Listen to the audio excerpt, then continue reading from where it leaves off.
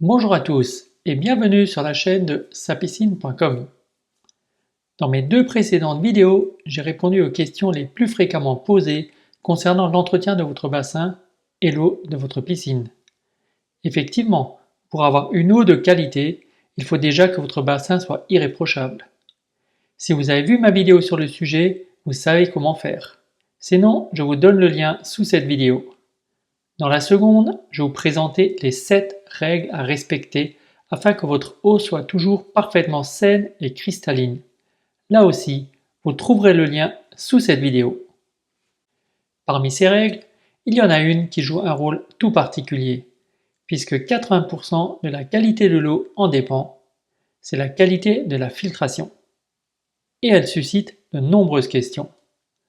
C'est pourquoi je consacre cette vidéo à répondre aux questions que l'on me pose le plus souvent sur la filtration.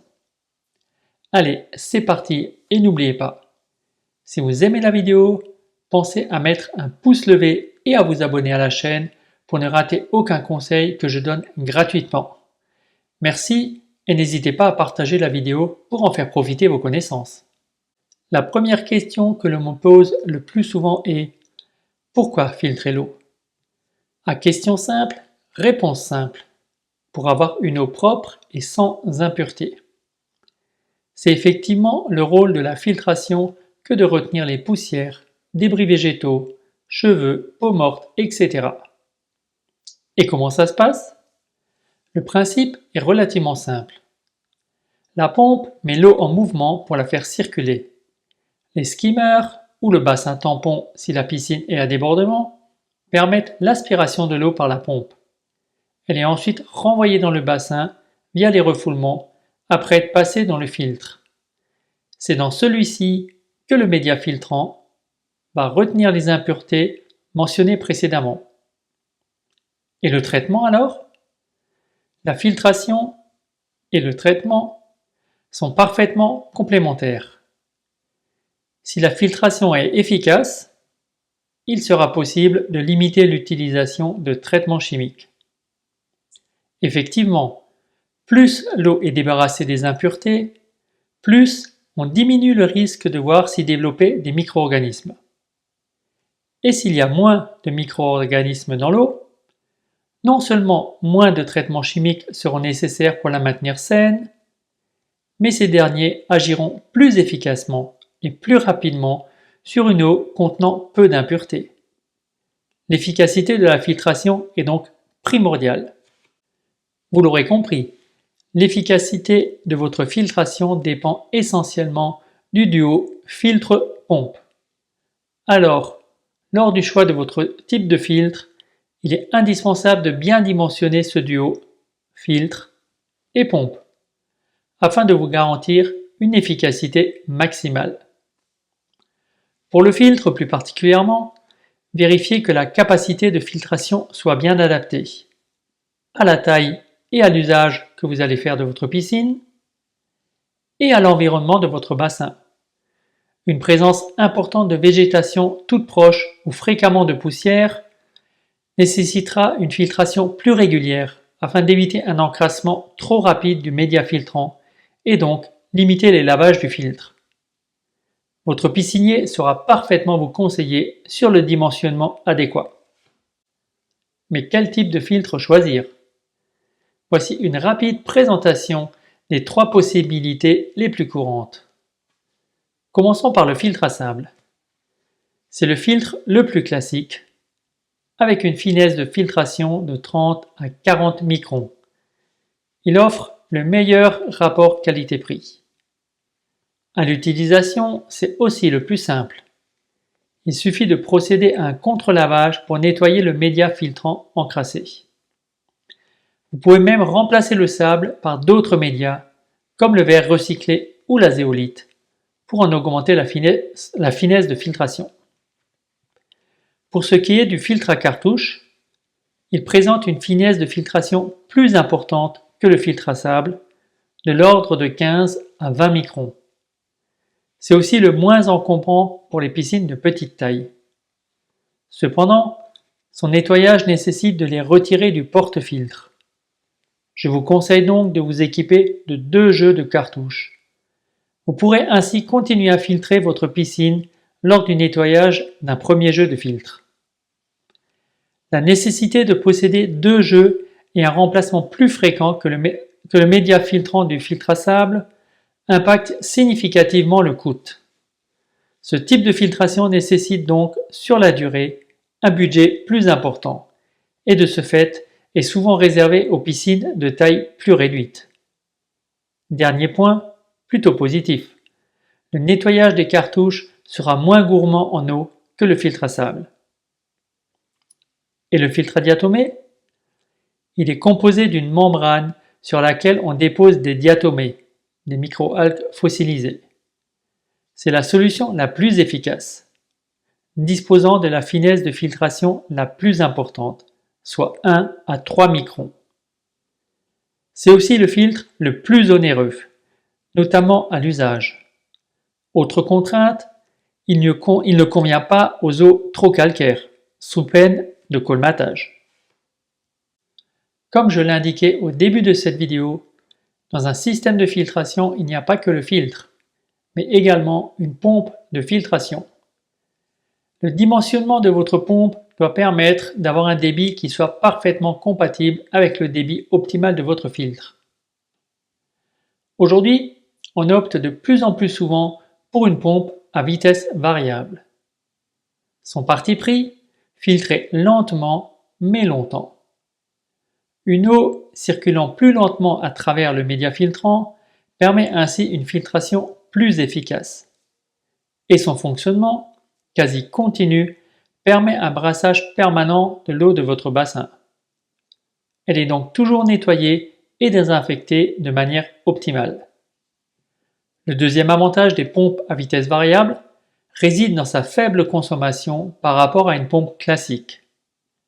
Elle permet de générer jusqu'à 75% d'économie d'énergie. Et quelle est la durée de fonctionnement idéale de la pompe? En fonctionnement normal, une pompe bien dimensionnée permet de filtrer l'intégralité de votre bassin en 4 heures. Cependant, il faudra bien évidemment adapter cette durée de filtration à l'utilisation de votre piscine, aux conditions météo et à l'environnement. En résumé, plus l'eau de votre piscine risque d'être polluée, plus le temps de filtration devra être allongé. Et quelle est la période de filtration idéale?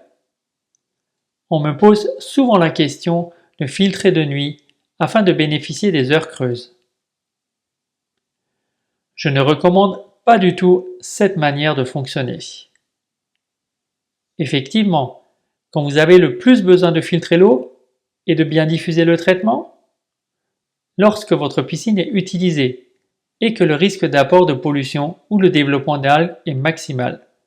C'est donc bien en journée que l'on rencontre ces situations et qu'il est primordial de filtrer. Encore quelques conseils supplémentaires. Comment savoir si la filtration fonctionne bien? Pour ce faire, il n'y a que 2 éléments à vérifier. Le premier, c'est le débit des refoulements. À l'installation de votre piscine, et si la filtration a bien été dimensionnée, le débit est relativement important, de manière à pouvoir générer un brassage suffisant de l'eau. Si vous vous rendez compte que ce débit baisse, c'est dans presque tous les cas dû à un dysfonctionnement de votre filtration. Le second, c'est la pression du filtre. Lors de la mise en route avec un filtre propre, vérifiez la pression indiquée par le manomètre positionné sur votre filtre. Elle vous servira de référence. Si lors d'un prochain contrôle, la pression a augmenté de 0,3 ou 0,4 bar par rapport à cette valeur de référence, la qualité de filtration est altérée. Il est alors grand temps de procéder à un nettoyage de votre filtre. Comment bien nettoyer votre filtre? Pour une filtration optimale, il faut un filtre propre. Pour ce faire, Il vous faudra donc le nettoyer régulièrement. Vous avez un doute sur la façon de faire? Je vous redonne ci-dessous les procédures. Pour le filtre à sable, le nettoyage consiste à procéder à un contre-lavage. Il s'agit, grâce à la vanne 6 voies, d'inverser les flux à l'intérieur du filtre, tout en évacuant vers l'égout. Pour le filtre à cartouche, pour nettoyer les cartouches, il faut les retirer du porte-filtre. Vous les passerez ensuite sous un jet d'eau en les frottant avec une brosse afin d'enlever toutes les pollutions. Et pour le filtre à diatomée, comme pour le filtre à sable, il faudra procéder à des contre-lavages. Ils devront toutefois être plus fréquents et en plusieurs étapes afin de bien décolmater le support et évacuer les diatomées polluées. Il faudra donc aussi penser à le recharger régulièrement en diatomée pour compenser ceux qui auront été évacués lors des contre-lavages. En général, 2 fois par an, il est conseillé d'aller plus loin et de procéder à un nettoyage en profondeur de votre filtre. Cette procédure permettra d'éliminer le biofilm et les dépôts de calcaire qui se seront formés sur le média filtrant. Alors, comment nettoyer en profondeur votre filtre? Pour le filtre à sable, il existe des produits nettoyants filtres pour procéder à ce décapage et redonner à votre filtre son efficacité d'origine. Vous pouvez également consulter ma vidéo sur le sujet dans laquelle je vous explique comment procéder. Pour le filtre à cartouche, le nettoyage en profondeur consiste à les faire tremper un certain temps dans une solution nettoyante. Elle permettra, comme pour les filtres à sable, de les nettoyer en profondeur. Ci-dessous, le lien vers la vidéo dans laquelle je vous explique comment réaliser un tel nettoyage. Et pour le filtre à diatomée, c'est un peu plus particulier. Alors que pour un nettoyage classique, vous procéderez, comme pour le filtre à sable, à un contre-lavage, pour un nettoyage approfondi, ce sera comme pour les filtres à cartouche. Vous devrez retirer les grilles supports pour les supports pour les diatomées afin de les faire tremper dans une solution nettoyante permettant de les dégraisser et d'éliminer les dépôts de calcaire. Vous avez maintenant déjà une belle vision d'ensemble concernant le fonctionnement de la filtration de votre piscine. Mais si vous souhaitez des éléments plus précis sur la filtration, je vous invite à consulter mes articles qui traitent de cette thématique sur sa-piscine.com. Ils vous permettront d'entrer plus dans le détail afin de mieux maîtriser ce sujet. J'espère que vous avez apprécié cette vidéo et qu'elle vous sera utile. Si c'est le cas, n'hésitez pas à la partager et à mettre un pouce levé juste en dessous.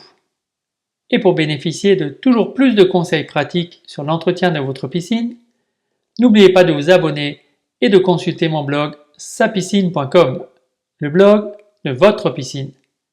Merci et à bientôt.